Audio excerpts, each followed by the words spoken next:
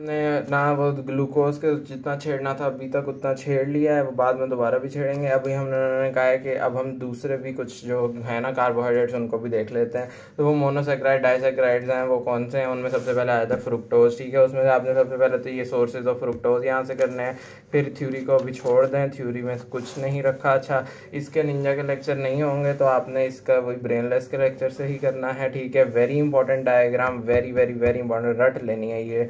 इसके अंदर ये essential fructosuria university question है, hereditary fructose intolerance university question है, ये एल्डोलेज बी की डेफिशिएंसी से क्या होता है, ये सारी चीज़ें आपको पता हो कि क्या होती हैं। कोई 8-9 चीज़ें हैं, वो सारी चीज़ें आपको पता हो, क्यों होती हैं ये भी पता हो, क्यों होती हैं इसका जवाब फिर ना आपको यहाँ से मिल जाएगा कि डेफिशिएंसी ऑफ एल्डोलेज बी से आपके पास हाइपर यूरिसीमिया इस वजह से होता है। उसके बाद हमारे पास ना आगे की तरफ बढ़ें तो ना उन्होंने कहा लैक्टिक एसिडीमिया क्यों होता है, वो इस तरह होता है। फिर आपके पास ना इसी एल्डोलेज बी की डेफिशिएंसी से ही हाइपोग्लाइसीमिया किस तरह होता है, और फिर ये दोनों तरह हाइपोग्लाइसीमिया और ब्लीडिंग डिसऑर्डर क्यों हो जाता है। तो ये सब चीज़ें जो हैं आपके पास ना मैंने यहाँ पे इस फ्लो चार्ट में बताई हुई थी, तो ये देख लेना। फिर आपके पास एक और सवाल आ जाता है, ठीक है, कि आपके पास ना ये फ्रुक्टोज जो है, अगर बंदा फ्रुक्टोज ज़्यादा ले तो उससे एथेरोस्क्लेरोसिस क्यों हो जाता है। तो आपको ये पता है यहाँ पे ये ट्राइग्लिसराइड ज़्यादा बन रहा है ना, इस वजह से होता है। ये भी university question, that's why fructose is more atherosclerotic than glucose.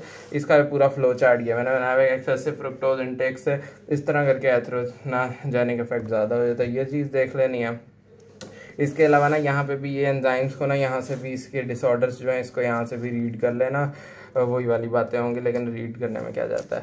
उसके बाद हमारे पास यहाँ पे अब अगला आ जाता है, वहाँ तक फ्रुक्टोज की बात वो ख़त्म हुई है, लेकिन एक और चीज़ है कि हाइपरग्लाइसीमिया और सॉर्बिटोल मेटाबॉलिज्म, ये भी हमारी असेसमेंट का सवाल था, ठीक है, कि सॉर्बिटोल मेटाबॉलिज्म से किस तरह आपके पास ये, और इसी के अंदर आपके पास ना उन्होंने वो कैटरैक्ट का भी बताया हुआ होता है। ये साथ वाला ना वेरी इंपॉर्टेंट, यही पेपर में हमारे बनाने के लिए ये मेटाबॉलिज्म की डायग्राम आई हुई थी, तो इसको अच्छे से कर लेना। और इसका ना मैंने फ्लो चार्ट अच्छा से बनाया हुआ है कि आपके पास ना किस तरह वो आपके पास न्यूरोपैथी और रेटिनोपैथी और कैटरैक्ट फॉर्मेशन होती है।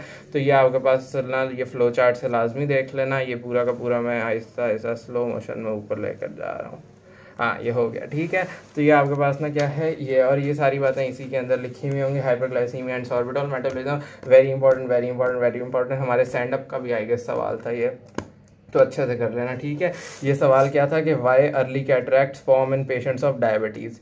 उसके बाद हमारे पास लैक्टोज मेटाबॉलिज्म, ये भी इंपॉर्टेंट है। इसके अंदर भी आपको ये सोर्सेज सबसे पहले पता हो, और ये वाला पैराग्राफ इंपॉर्टेंट है, ठीक है, एमसीक्यू वगैरह के लिए। फिर ये जो है ना वेरी इंपॉर्टेंट, हमारे प्रॉफ का सवाल था, क्लासिक गैलेक्टोसीमिया, ठीक है, इसके ही सिनेरियो बना के दिया हुआ था।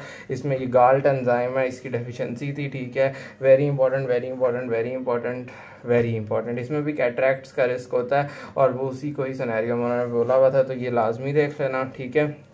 ये आपके पास ना, और इसके लिए मेटाबॉलिज्म तो फिर आपको अच्छे से करना ही होगा। फिर मेटाबॉलिज्म पे से करना, ऊपर ये यूनिवर्सिटी क्वेश्चन पहले भी था, इसका ये सवाल भी लिखा हुआ है। तो ये आपके पास ग्लूकोज गैलेक्टोज मेटाबॉलिज्म आपने यहाँ से लाजमी कर लेना है। इसकी भी ब्रेनलेस की वीडियो देख लेना, थ्योरी इतना कुछ करने की ज़रूरत नहीं है। तो उसके बाद आ जाता है लैक्टोज सिंथेसिस। तो लैक्टोज की भी ये सिंथेसिस जो है ये यही वाला जो है आपके पास ना सवाल यही आता है कि लैक्टोज मेमोरी ग्लैंड्स में किस तरह सिंथेसाइज होता है। तो ये आपके पास सिंपल सा प्रोसेस है जिसको उन्होंने यहाँ पे बताया हुआ, तो ये डायग्राम है, इसको एक दफ़ा रीड भी दे देना, बस इससे ज़्यादा कुछ नहीं है। बाकी ये चैप्टर भी कंप्लीट